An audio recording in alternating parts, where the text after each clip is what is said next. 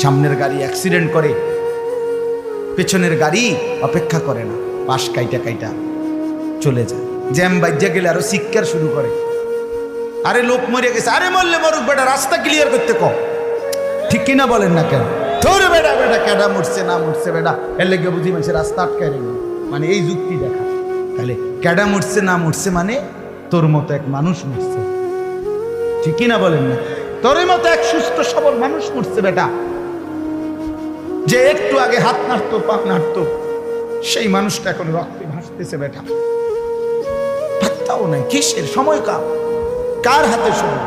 সবাই মেশিনের মতো যন্ত্রের মতো দৌড়াইতেছে।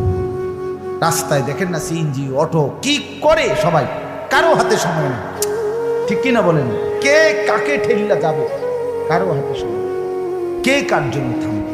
এই জন্য তুমি নষ্ট হয়ে গেলে বন্ধু, কেউ তোমারে ফিরাবার নাই। তোমার জন্য ভাববে কেউ, ডাকবে কেউ, কাঁদবে কেউ নাই। আরে আপন মা বাপের তো খবর নাই এখন।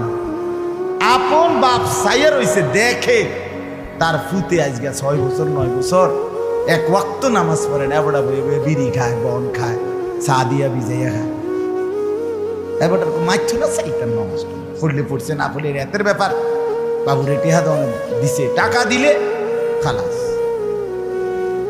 যদি সুতে টাকা দেয় বাপের কোনো অসন্তুষ্টি নেই, আর যদি টাকা না দেয় এবড়ার গজবে আল্লাহর আরশ কাঁপে। ফুতের উপরে লানত দিতে দিতে, অভিশাপ দিতে দিতে শেষ। কারণ টাকা দেয় না, টাকা দেয় না। পুরা গ্রাম হাইটা হাইটা